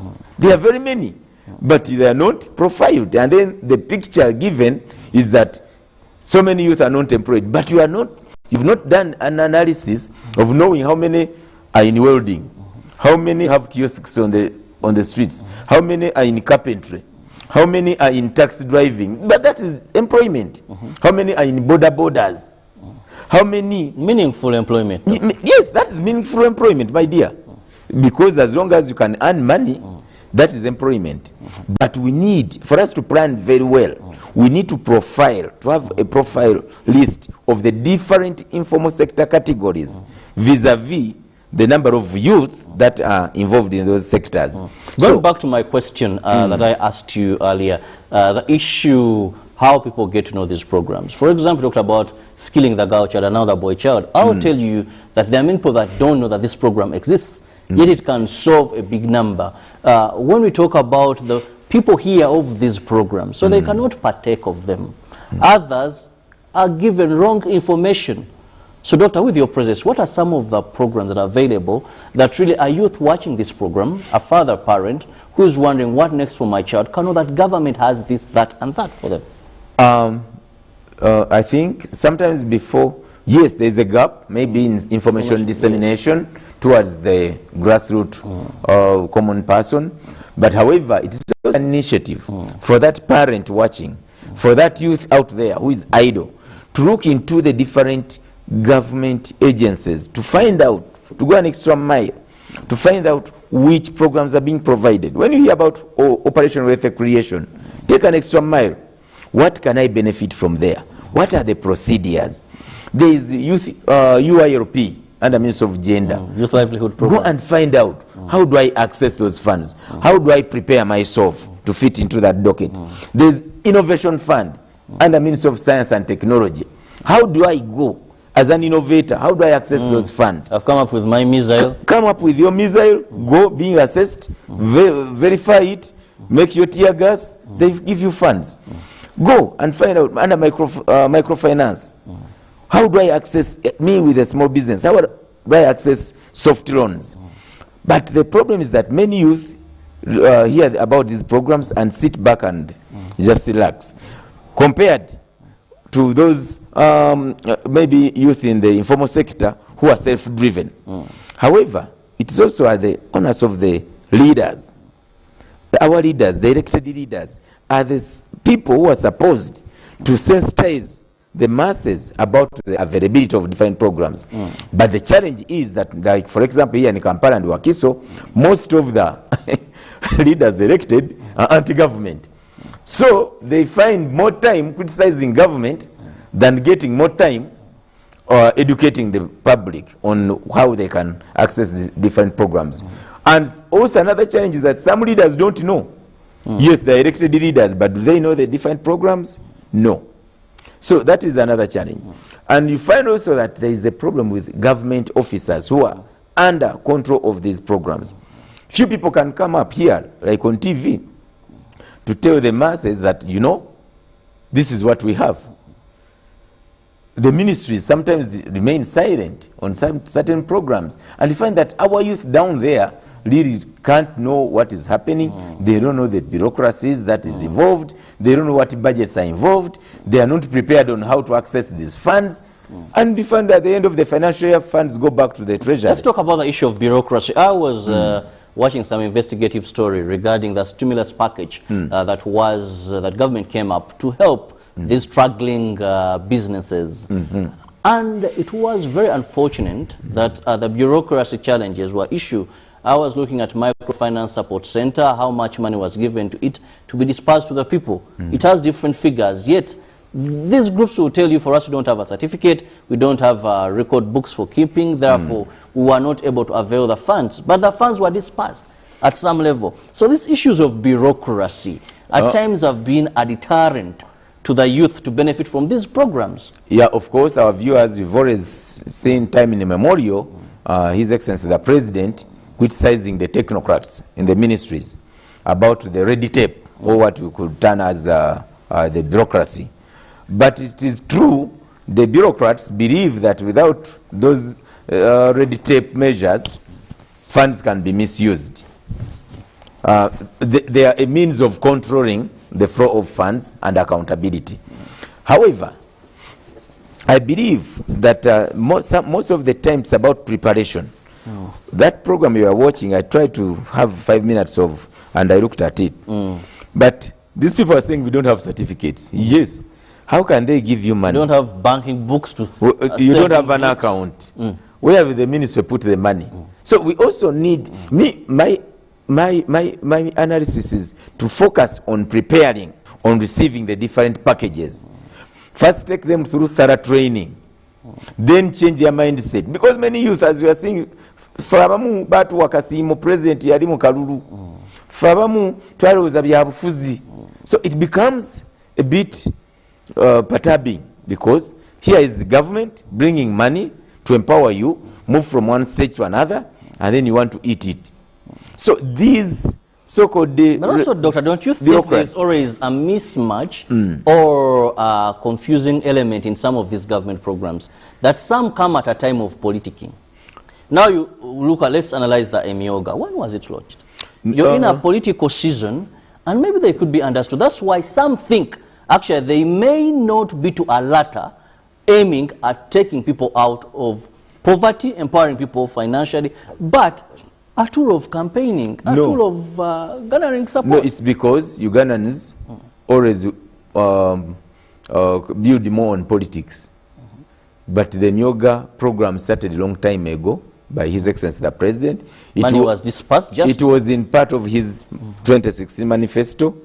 And you saw, even in 2015, we were giving out money to different groups by the President. So that's because the same program, you're just changing names from Youth Livelihood, now Emioga. It's just duplication of something that is not working. No. That is a misconcept, Mr. Chirabo. in policy formulation, as a leader, you have to design different policies, different programs. And when you see that somewhere a program has not failed, you introduce another program, because leadership is ongoing. And a leader must be dynamic and flexible. Just changing names. A leader must be creative. In creativity, you package a program according to the current need. That means it is when you start lamenting which totally failed, when you were even in secondary schools, then you can't convince me that it failed because you didn't benefit from it. Many people benefited from it. Yes, you get analysis. There is data. There are those who benefited. In INADS, there are those who benefited. In operational health creation, there are those who are benefiting. In UILP, there are those who are benefiting. In the presidential initiative on circles, there are those who have benefited and they are moving on. They are always here. I've always met them here giving testimonies. Which people in think also that was misunderstood. In Skiri, because, Doctor, people are saying, let's create circles, government gives us money, which isn't the essence. Not people. Those are people who are not serious. I had politicians, ministers were all over. Yet the initial, what you should know, you see, the initial reason why you come up with circles, it is just an abbreviation, credit saving. So people are not even saving. That is the preparation I'm telling you. Don't you think the messengers are always sending that wrong message? The politicians, I don't want to talk more about them, because most of the time they talk opposite to what is supposed to be taught for their selfish gains, of course. But me, I'm talking from the perspective of the president and where he wants the country to go. I'm talking based on the manifesto of the president, how he wants to change the informal sector, how he wants to create jobs for the youth, and the ideal way, not the propaganda way. Because in the ideal way, yes, we must train these groups. And you groups must have prerequisite requirements. And when you get the prerequisite requirements, you must be in position to save. And after saving, government will come to support you. And remember, it's not the responsibility of government to make wealth for you. President Museveni just comes in as a by the way to help you. But if you put it in your mind that it is government to make you feed your family, to make you get money to pay fees, to make you build a house, you are losing it. Who should we blame for this? Yourself. Who should we blame? The Ugandan.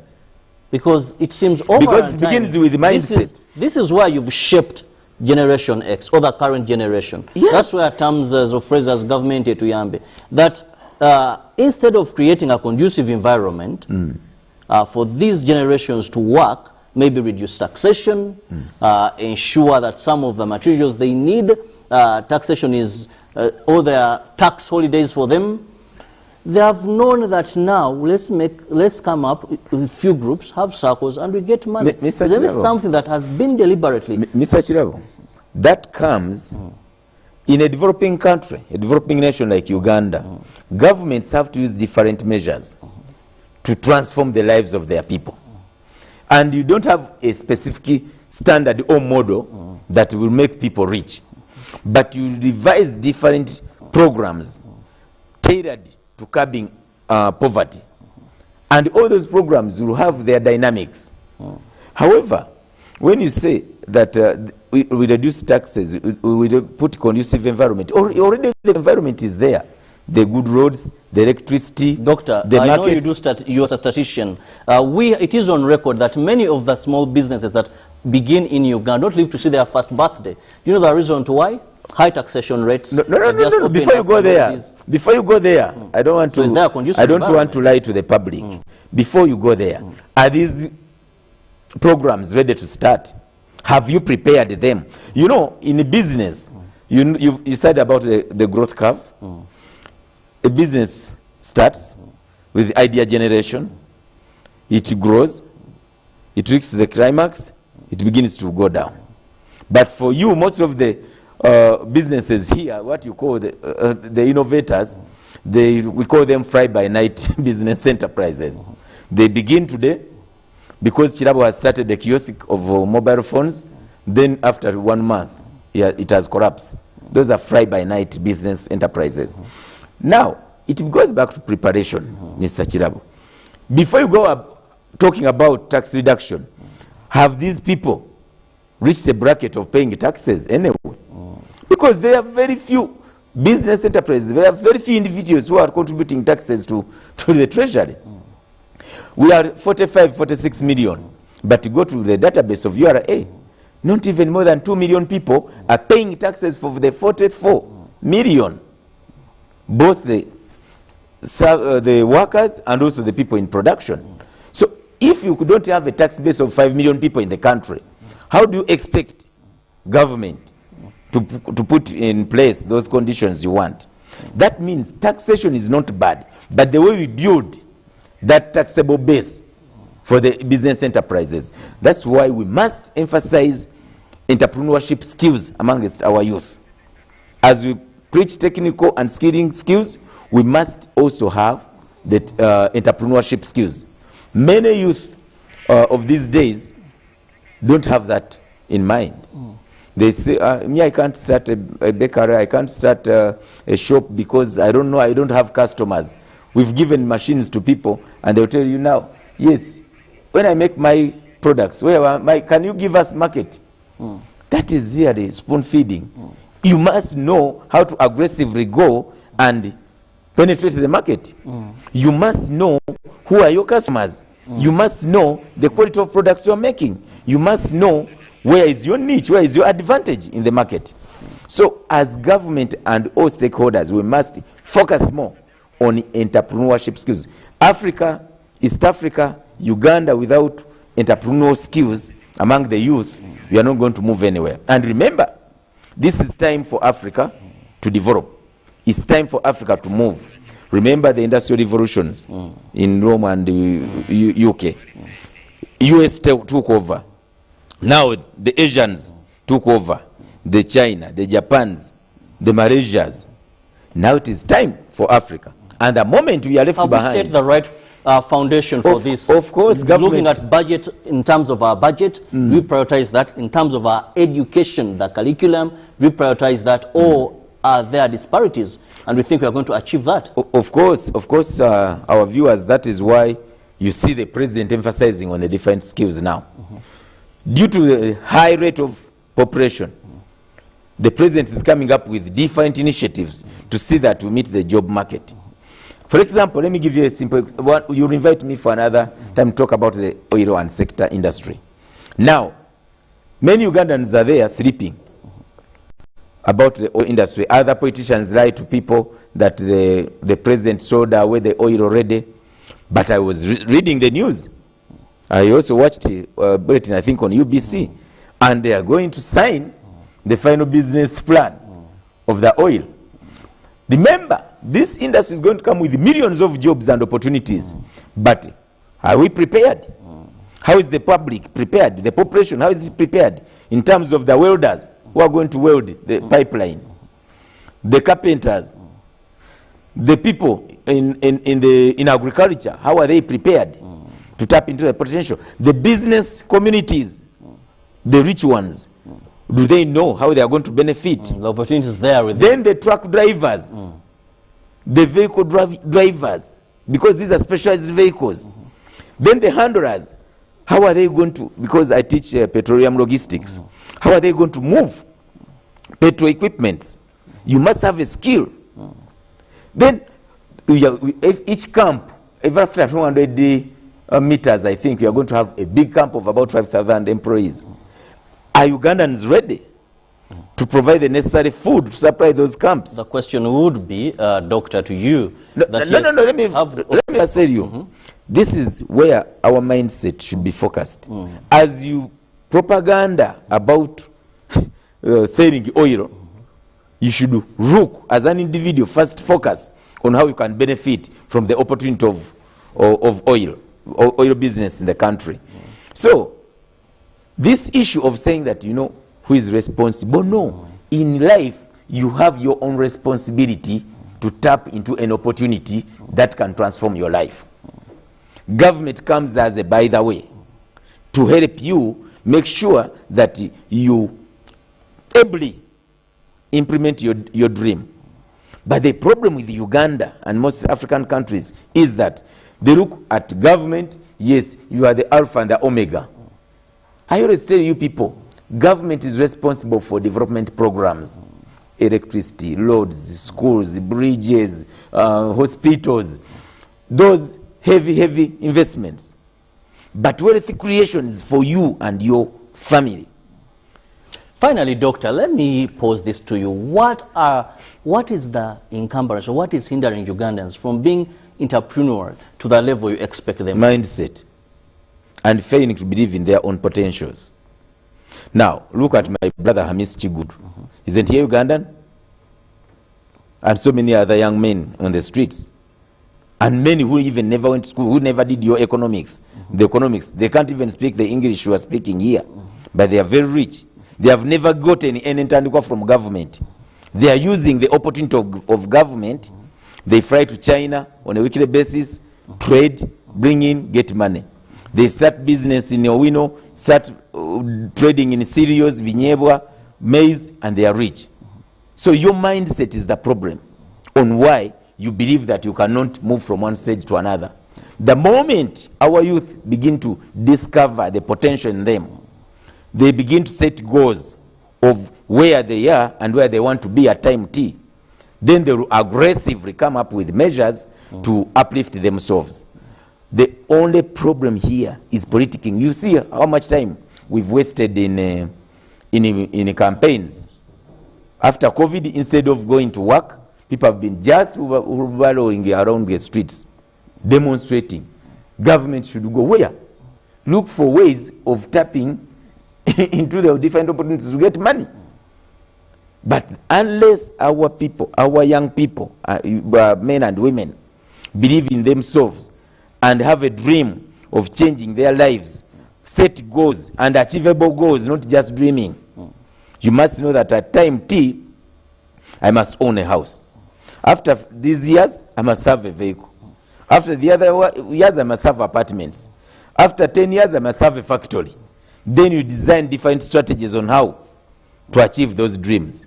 But not only, how can government bring for you a factory? Well, time is not so much on our side. Doctor, let me have your final remarks. Just a minute to the youth that is watching this show, and all they believe is the situation they are in is a result of the current government. Completely false. And whoever believes in that, you are doomed and you will die poor and remain in that cocoon of self-denial. Because you must know that it is not government that is making you poor.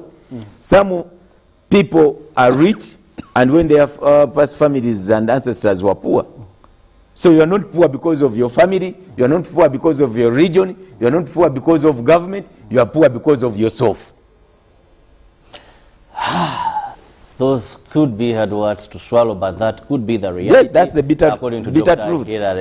That's the bitter truth. Well, my only appeal to government is let people know the available avenues where funds have been allocated to help the youth fight poverty. Let's reduce the bureaucracy, let's prepare them right, and we believe we'll be good to go. But also, let's align our priorities at every angle to be suiting the same situation. Let's have the right budget allocation, let's have the right focus for us to achieve vision 2040. Sometimes these mismatches, you talk about agriculture sector, little budget there. You talk about science, then little efforts there to ensure that you have more scientists in the country. God bless you. Till tomorrow, have a lovely day. I'll leave you with Ruben Pima Kasela Chibilango to take you through the world of sports. Jagenda Semakula will be here, take you through Good Morning Uganda Extra. And I want to wish all the P7 candidates, may the grace of the Lord be upon you and pass with flying colors. See you tomorrow. Love you and God bless you guys.